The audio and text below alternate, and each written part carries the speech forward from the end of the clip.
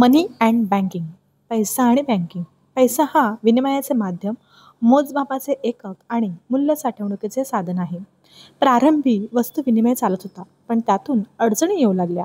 त्यावर उपाय म्हणून चलन प्रणाली उदयास आली. आधुनिक अर्थव्यवस्थेत पैसा हा आर्थिक व्यवहारांचा पाया आहे.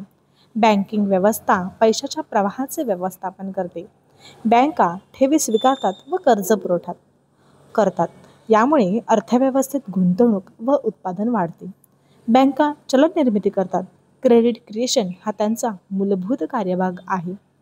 बँकिंगमुळे व्यापार, उद्योग आणि शेतीला चालना मिळते. केंद्रीय बँक संपूर्ण बँकिंग यंत्रणेचा नियामक आहे.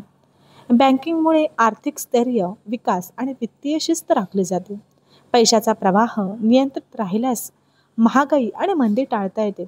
पैसा म्हणजे अर्थव्यवस्थेचा रक्तप्रवाह, तर बँक म्हणजे तिचं हृदय.